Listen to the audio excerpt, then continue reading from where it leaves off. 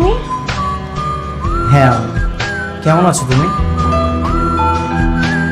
এতদিন পর এসে জিজ্ঞেস করতেছো কেমন আছি। তুমি যে তাকে বিয়ে করনি সেটা আমাকে জানালে না কেন? কেন একবার বলনি? কিভাবে জানাবো? সেদিন তুমি চলে যাওয়ার পর সব কন্ট্রাক্ট অফ করে দিয়েছো। আমি অনেকবার করে কন্ট্রাক্ট করার চেষ্টা করেছি, কিন্তু পারিনি। তাসরিফ সাহেব সব কিছু জানতো মনে হয়, তাই না? হ্যাঁ, কিন্তু সেটা তোমার চাকরি কনফার্ম হয়ে যাওয়ার পরে। আমি যখন তোমাকে খুঁজে পাই তখন তুমি ট্রেনিংয়ে গাজীপুরে ছিলে, তাই আর তোমার কাছে যাইনি। তাই বলে তুমি আমাকে জানাবে না? কিভাবে জানাবো? তোমার চাকরি হওয়ার পর যদি তোমাকে আমি জানাতাম তাহলে তুমি আমাকে লোভী ভাবতে হয়তো তোমার চাকরি হয়েছে তাই তোমার কাছে ফিরে গিয়েছে, এই জন্য। সেই জন্য তুমি এভাবে একা একা দিন পার করছো? একবার ভাবলে না তোমার জন্য আমিও কষ্ট করছি? ভালোবাসাকে মুক্তি দিতে হয়।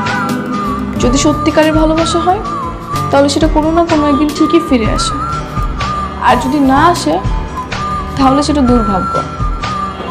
আমি বুঝতে পেরেছিলাম তুমি আমাকে ঘৃণা করো, আর যখন কোনো ভালোবাসা ঘৃণা জন্মায় না তখন আর ওই ভালোবাসাটা থাকে না। তোমার প্রতি রাগ ছিল ঠিক, কিন্তু কোনো